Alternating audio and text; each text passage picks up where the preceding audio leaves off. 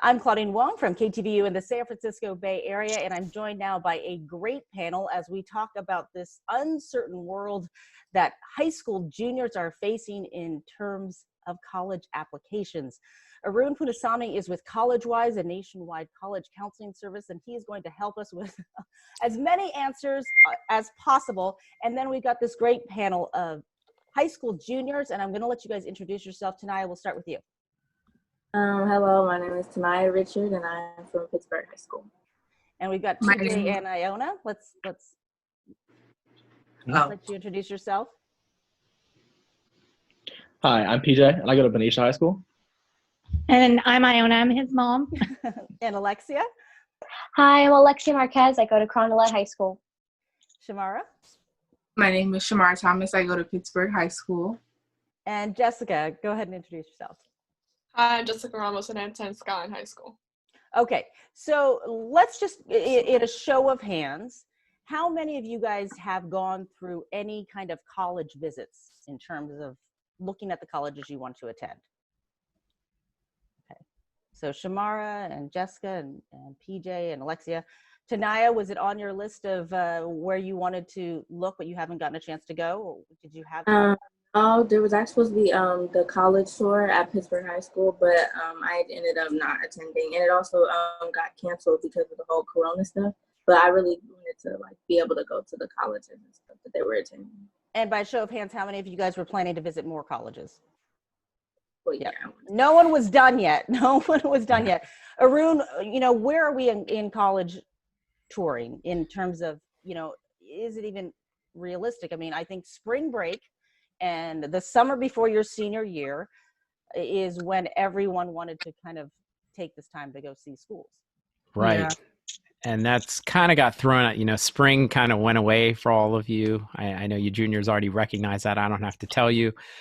Summer, there's some evidence that there are some schools that may choose to do some socially distant campus tours. And I think there's some optimism for the fall. Certainly the schools that are going to physically open, the UCs, some of the private schools, that they are going to, make tours again in a socially distant way, responsible way possible.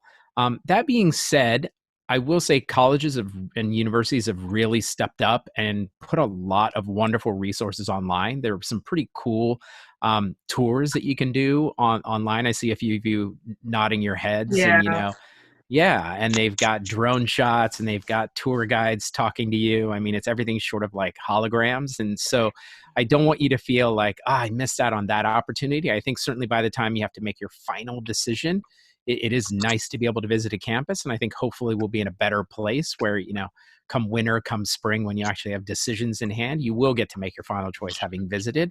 But don't get too stressed out with the fact that you're not getting to go visit them just this summer, because I think some of it will tick up in the fall, but you can fill a lot of the space in if you have access to some good broadband internet. And I also think admissions officers are going to be spending some time traveling to some of your schools. If your schools are in session this fall, many schools will still be sending some folks out there. How many of you guys have actually done a virtual tour? Mm-hmm. So you've looked at it. Alexia, when you went on a virtual tour, how did that measure up? I think it was completely different because my virtual tour, I wanted to go to the Hawaii University, which we were planning to do this summer and make a trip of it. But the virtual tour was completely different because you don't know how the size of the classroom really is if you're not there. You don't know what the climate would be like if you're comfortable being in that climate. You don't know how far the walk is from the dorms. It's very different, but I feel like they did a really good job of doing a 360 virtual tour in order to get that experience. Plus, you want to go to Hawaii just to visit, and maybe you don't know if surf's up, right? I need to put my toes in the water to make sure it's the place that I want to go. PJ, have you not done any virtual tours?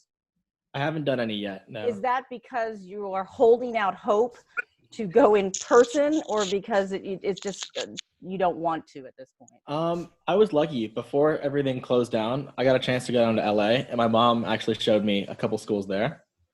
So that was always helpful too. Yeah. So at least I've seen a campus or two. So at least I have that idea. Visited some for different reasons. That's true.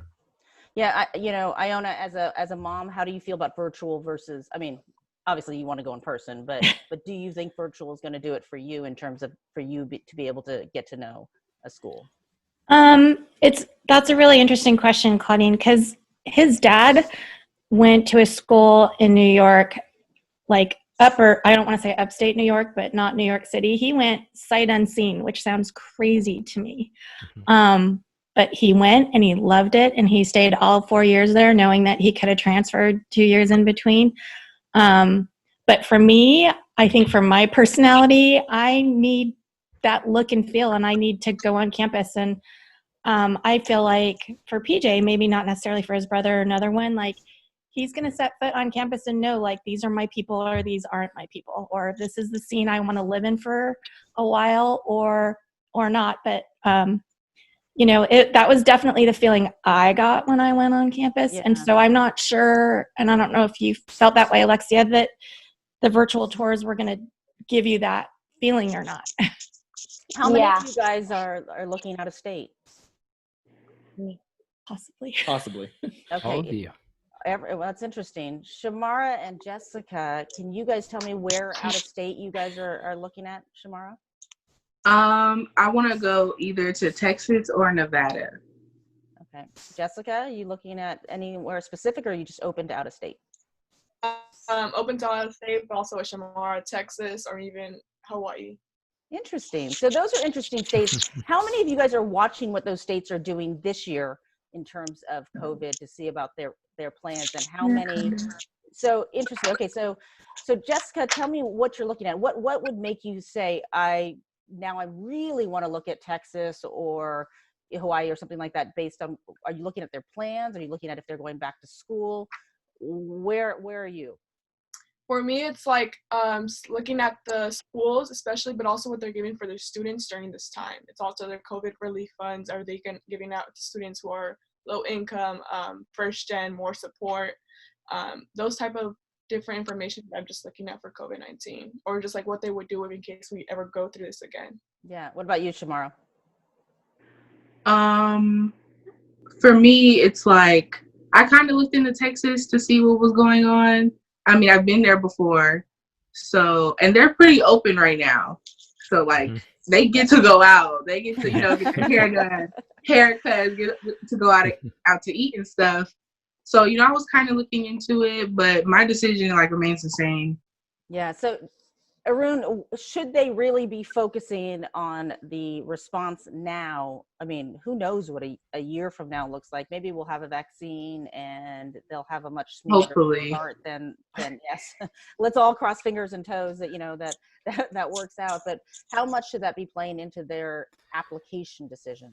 Well, I mean, yes, I certainly would love to be out getting a haircut myself right now, but I think students, it is really smart to take a look at how did these universities, when they had to close here in the early spring, how did they treat their students?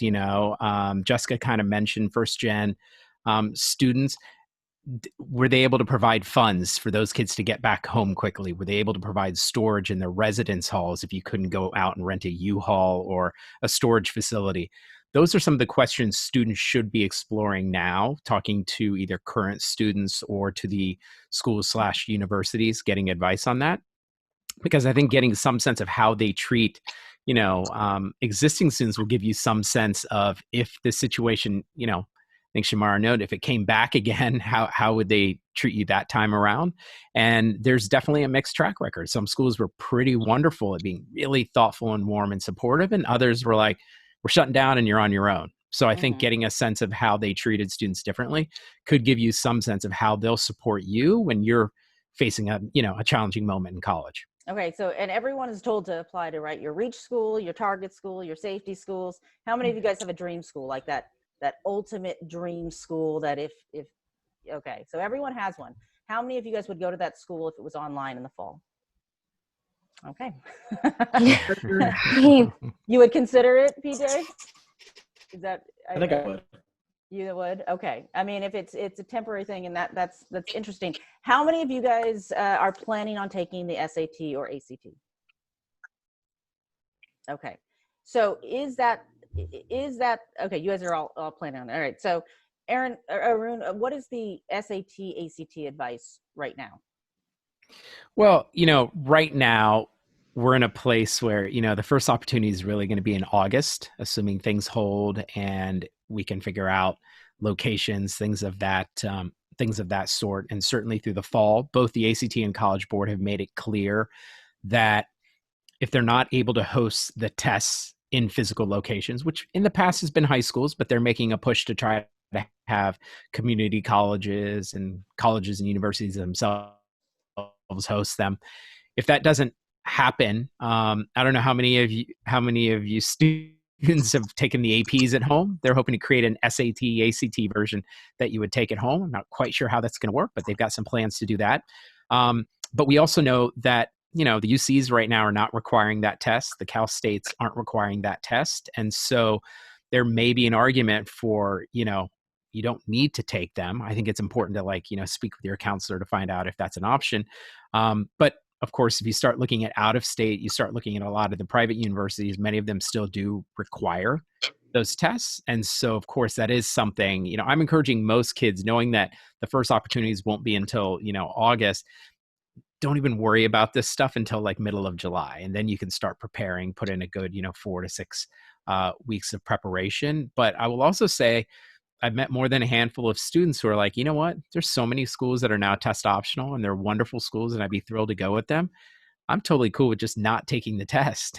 And, if I get into one of them, I don't have to deal with all that stress. And so, don't feel like you have to take the test, but certainly if you're applying to schools that continue to require them, it's important. And if I'm to be honest, if any of you have, financial aid needs, you're hoping to win a merit-based scholarship, those merit-based scholarships could still be tied into SATs and ACTs. I mean, we're seeing some schools go flexible there, but they're not all quite there yet. And it's just not universal. I mean, you guys are all planning on taking it. So, maybe for the sophomores, right, it is going to be a little more clear, but for you guys, Right. it feels a little less clear. And actually, I think it can help, maybe your GPA isn't what you wanted it to be, but you can hit the ACT or SAT out of the park, and that can really help, Right.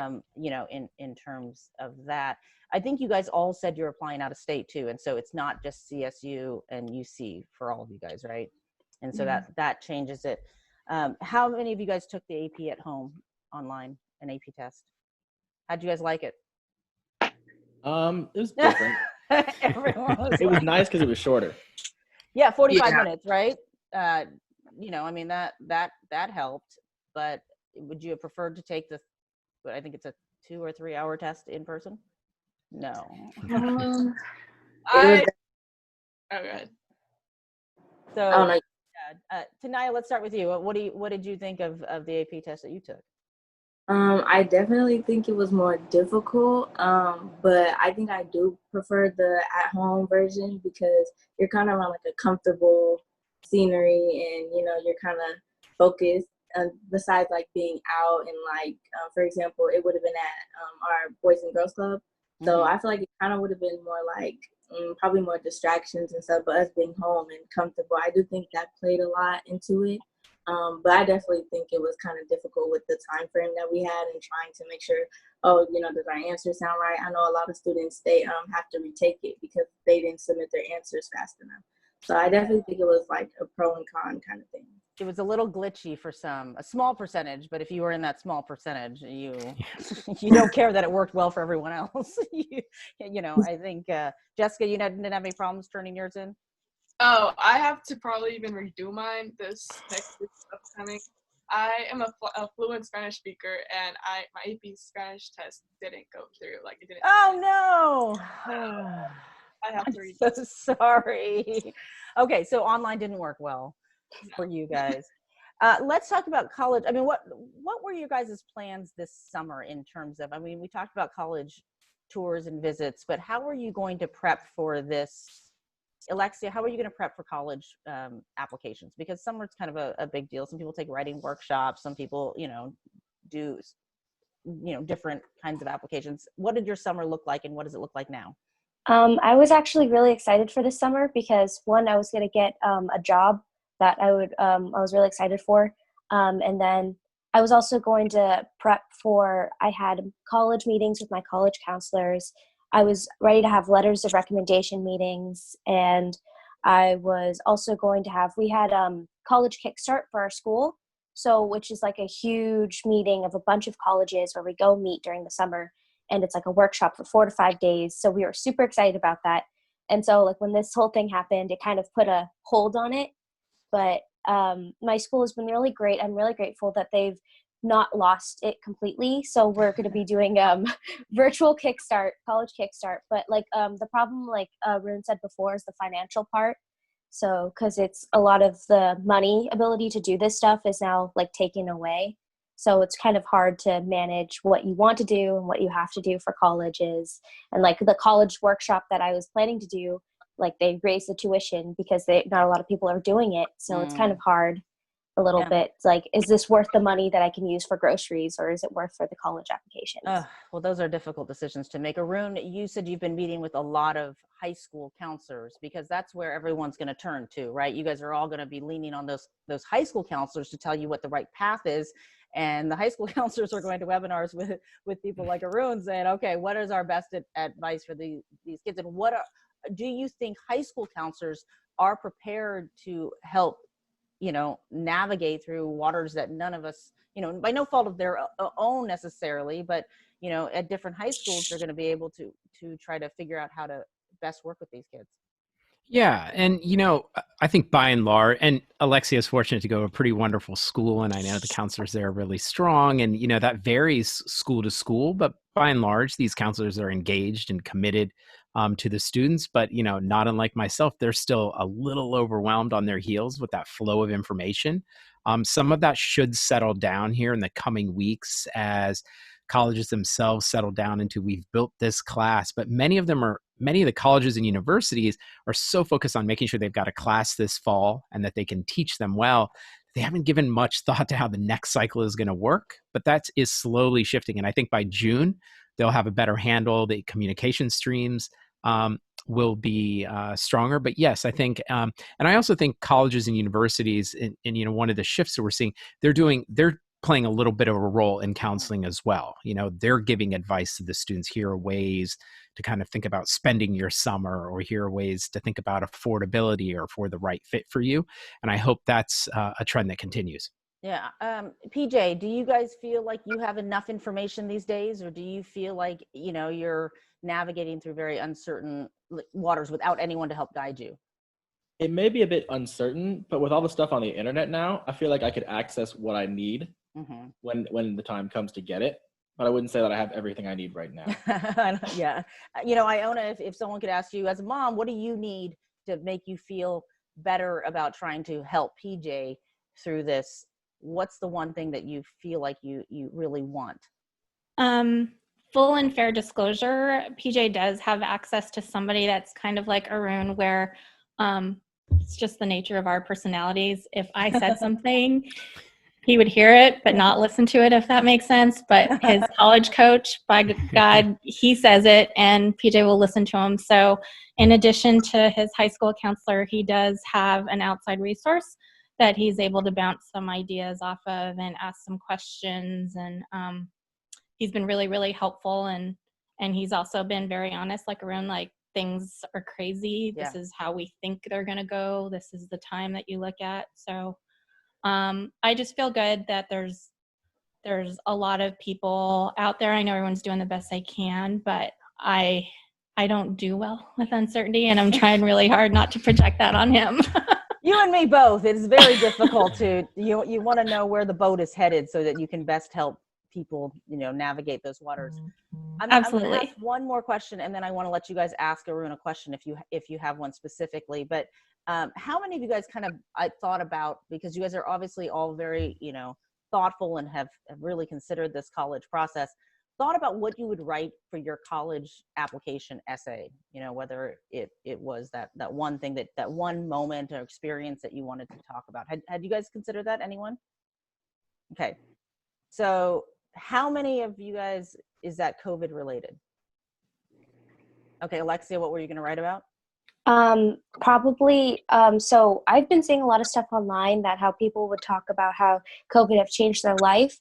But in my opinion, I feel like I wanted to take a different approach and say how COVID has been the greatest thing to happen to me personally, which I think is not something colleges would expect. So, because a lot of things have actually happened that were great because of it, to me at least. So I feel like I would take a different approach to how in a dark time I was able to make something have lightness to it, kind of. We love positivity. Tanaya, what were you going to write about? Well, I'm involved in a lot of like different programs in my school, so I did want to make sure that, you know, I put things like that in there, and really just wanted to kind of make sure that I stood out and really kind of enforce that I'm very involved with my school, and, you know, making sure like with all those programs, you know, how I'm keeping up with my grades and stuff. I really didn't think much about how kind of to write about how COVID has really impacted that, because I definitely didn't want to, you know, put that in there and use it as, you know, a downfall. So I wanted to, you know, kind of put in there like the positive things and kind of, you know, well, you know, yeah, and I saw a college presentation where they said, you know, okay, how many of you guys, you know, scored the winning goal in your soccer game? How many of you guys volunteered at the, and they're like, don't write about that, because so many people write about those exact moments and you want your essay to stand out. Arun, if someone's asking you, I really want to write about COVID or I really don't want to write about COVID, are there hard, fast rules in terms of making yourself stand out in this big crowd? Because certainly, you know, I think the reason they don't want you to write about the, you know, winning goal or the home run, or, you know, is because so many have had that experience. We are all sharing a shared experience. Yes or no on the Well, I think even with this data sample of both Tanaya and Alexia, we're seeing like a perfect reason why she should write about it, because it has clearly been impactful and transformed her. And I would love to read that essay because I have a feeling it's going to be filled with details that are fresh and new and dynamic. And then Tanaya very kind of thoughtfully and strategically is like, I want them to know how involved I am with my school. And she's saying that in an authentic way. Like, there are going to be those kids who think like, oh, I have to show how many obstacles I've overcome with COVID.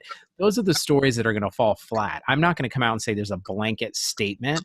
And I think it depends, you know, every student's experience with this is different, right? I mean, there are some students, this has been all of us right here have broadband internet. That's very different than the kid who doesn't have access to that, right? Or who's in this particular school environment or this particular family environment.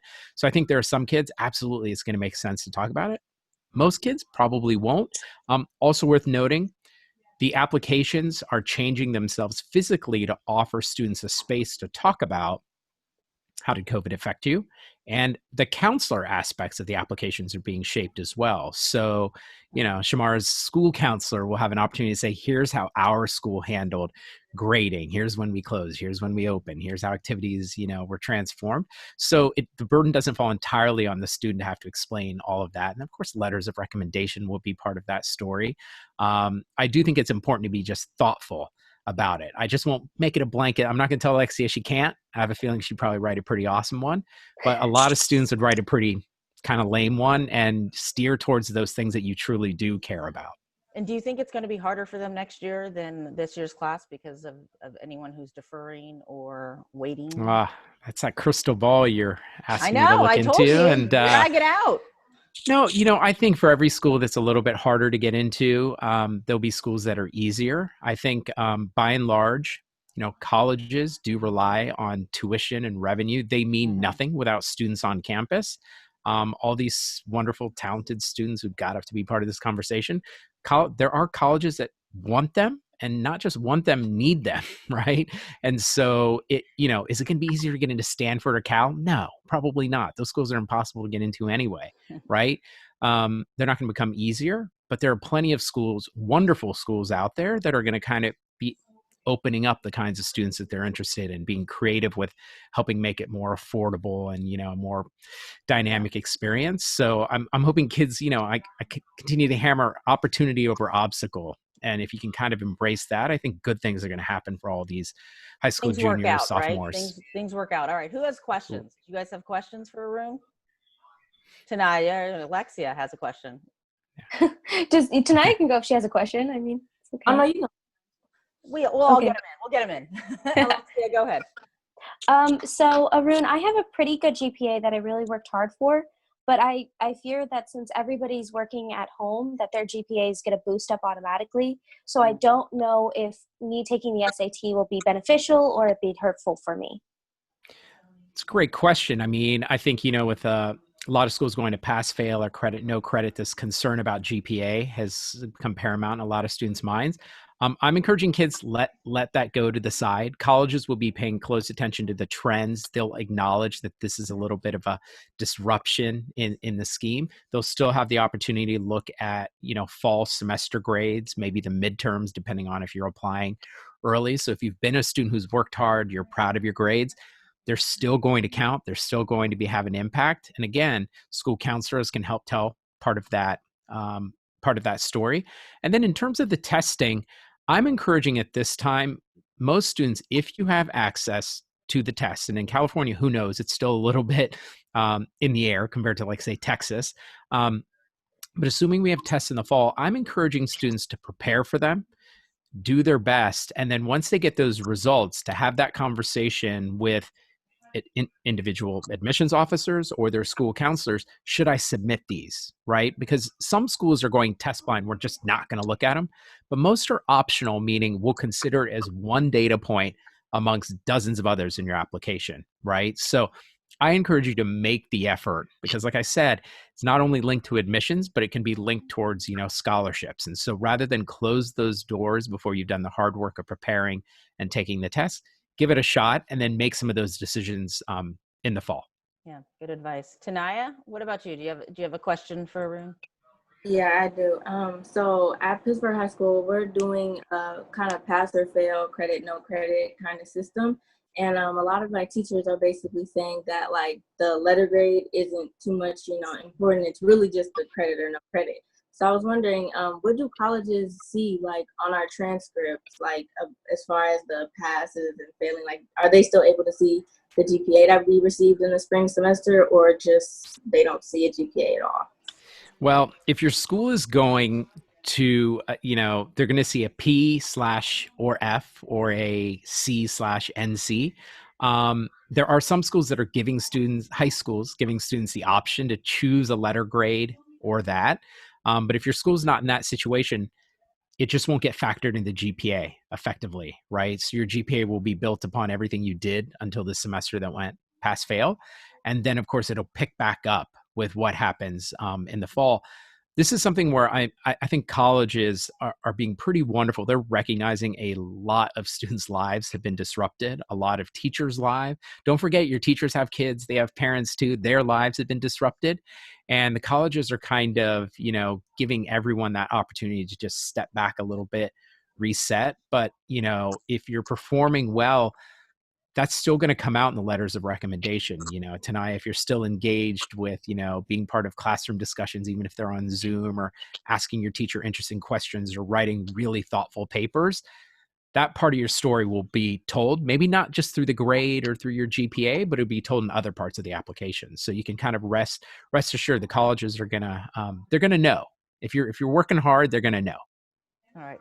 Shamara, what about you? Do you have a question for Arun? I do. Will it be harder to get more scholarships because of the pandemic?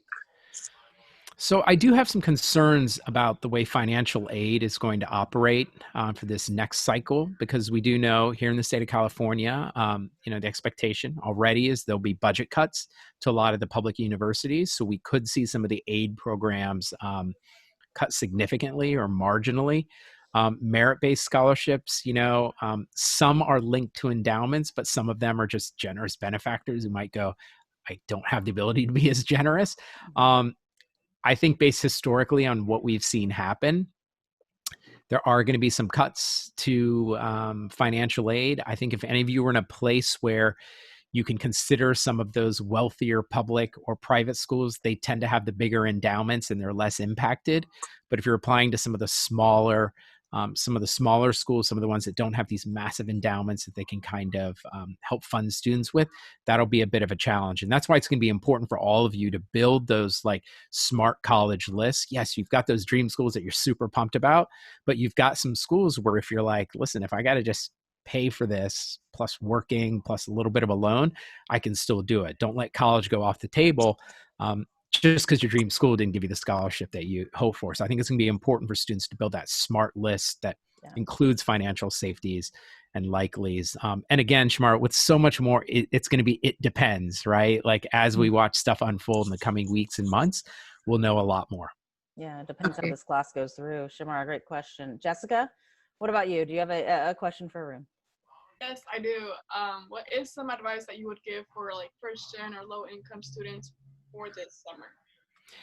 Oh, well, I will say, talk about college-wise, if you go to our website, we've got a lot of free resources on planning your summer. What's been kind of wonderful in a way, and I don't know if this is what Alexi was talking about, part of what, it sounds odd, but a little bit of the silver lining with everything COVID and summers going away in the traditional form, it's kind of flattened the opportunity. There aren't kids who just get to go off and spend $7,000 to go to some program in New York City or in Thailand or something like that. And so much of it's going to come down to your own creativity, your own sense of courage and collaboration. And so there are a lot of programs being offered online. Schools like Harvard and MIT have opened up their courses just broadly for free to go on and take classes. Of course, books, documentaries. I think there's a lot of room for students who have interests, who are passionate, who are curious to go out and build pretty cool, cost-free, summers for themselves. And there are still some programs out there that are offering like paid internships and things of that sort. It does require research. So, I would make sure that you're in steady communication with, folks at your school. Google is going to be a huge asset to you for looking at local opportunities. And, even outside of college-wise, taking a look at the College Board, taking a look at the Common Application. A lot of these organizations who are involved with admissions counseling, they're putting out resources on helping you think about summer. And I would think because it's hard, you get more points, Jessica, if you track it down, that people will notice, because it won't be on everyone's application, because it did take a little bit of work to get there. And do stuff that means something to you. A lot of students have this idea, like, I need to impress someone with my summer. No, find the stuff that you love doing, either dig in deeper to something you love doing, take something that you love doing and share it with others, impact them, or go off and just explore something totally new. I mean, if you want to learn Arabic or Chinese, Duolingo is a free app you can download. You don't have to have a tutor or a class, right? Oh, Arun, super easy. Arabic and Chinese, just like or Navajo or Celtic. There's a lot of cool languages on there. PJ, questions? I do. Yeah. In this state where we're at right now, everything's so uncertain and there's so many unknowns. What would your advice be in, like, as a student navigating all that? Yeah, it's a great question. I feel like you're asking your mom's question, and she was the one who said she wasn't. That's a very thoughtful son move there. Good job, PJ. I'm encouraging kids, keep your focus on the stuff that truly matters. So, I totally get Tanaya's question about the pass fail, but at the same time, your school district made that, superintendents made that. It's been handed down to you. You can go fight it, and there may be reasons to go out and do that. But some of these decisions, let them go. Keep the focus on the stuff that you truly can kind of control. And I think if you're kind of like, oh my God, I love physics, I want to learn more physics, or oh my gosh, I love helping out, Parkinson's patients because my grandfather has Parkinson's and memory is an issue and blah, blah, blah. You'll have, when you can focus on the things that you have control of, you're going to feel a lot more certain. That uncertainty will go away. I also think the way things are trending, certainty is going to come into play. These colleges at some point are going to have to make decisions. Are we going to have kids on campus? Are we not? Are we going to be able to have this financial aid program? Are we not? And so that stuff will catch up. I think, honestly, through August, most of you can, high school students, spend your summers digging in on the stuff that you love and the things that you want to explore on. Do your research about colleges. Figure out, do you like small colleges? Do you like big colleges? Do you want to be in a city? Do you want to be, it sounds like a bunch of you want to be in Hawaii and surf, or, figure those kinds of things out. And then the colleges, I think by the fall, will have a clearer sense of where they stand. And you can be like, all right, I can afford that college in Hawaii. Now it's officially going on my list. A lot of the pressure, I used to encourage students, like, let's try to firm up your lists here in June, July, and you can build out. There's going to be, you can start the Common App now. You can start a lot of the essays now, right? And you can wait till the fall to handle a lot of those supplemental essays and finalizing lists and things of that sort. So yeah, focus on what you can control and let the other stuff, let it go for now. It's totally okay to, like, if you need a couple hours every day to play video games, it is totally okay to do that. Well, you just got in the past. Make a TikTok video, play a video game. You got time. Iona, I'm going to give you the last question. Mom's got the last word. Well, I think my son kind of stole my question. I, as a mom, always try to tell them, and I try to give myself this lesson, is you can only control how you respond to something. You can't really control the crazy that's happening around us. That said, what types of advice or what types of things do you think parents and, more importantly, the students are able to control in this environment, besides, let's say, focusing on the interests? Because for PJ, his personal interests are things he can't control right now, like football's a big fat question mark. Yep. Well, I think, even, for a lot of the athletes that I've been talking to, this is a perfect time to be studying game tape.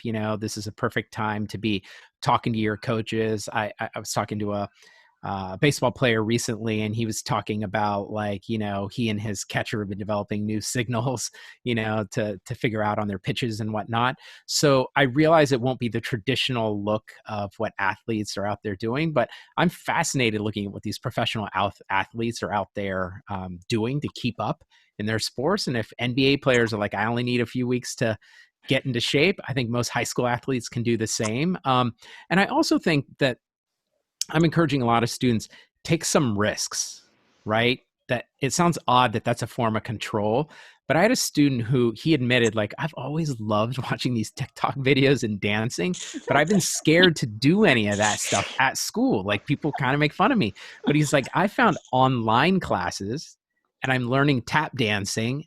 No one knows me. When this is all done, I'll never see him again. And you know what? I think I'm going to wow some of the girls at school this fall, when we have school dances. So I think this is a perfect opportunity to go, that's something I've always wanted to try: poetry or baking or mountain biking or whatever it might be. And that's going to open up a side of yourself that didn't even exist. I think the kids are going to play things really close to the vest. That's when you end up a little bit tight and a little bit wound up. It's okay to fail. This is a perfect time to fail. Don't let the first time you fail or get a no be your college applications. Go out and try some things and go, wow, I really suck at that. Let me move on, right? And that'll be perfectly fine and good. And then you write your essay for college on TikTok tap dancing. Yeah. So today we'll be looking forward to reading that essay from you about how your tap dancing is on point. Right. We put it all in together. All right. A lot of football players do ballet. I'm just going to note that. So there you go. It's all about footwork. Well, Arun, thank you so much for all the great advice. Tanaya, Alexia, Shamara, Jessica, PJ, Iona, thank you for the conversation. I know this conversation will continue long after this panel is complete, as you guys navigate the future, but I think great things ahead for all of you. So I appreciate you guys joining. You're all going to do great. Good luck. Thank you. Yes. Thank you. Great things ahead. And for more interviews, of course, you can go to coronavirusnow.com.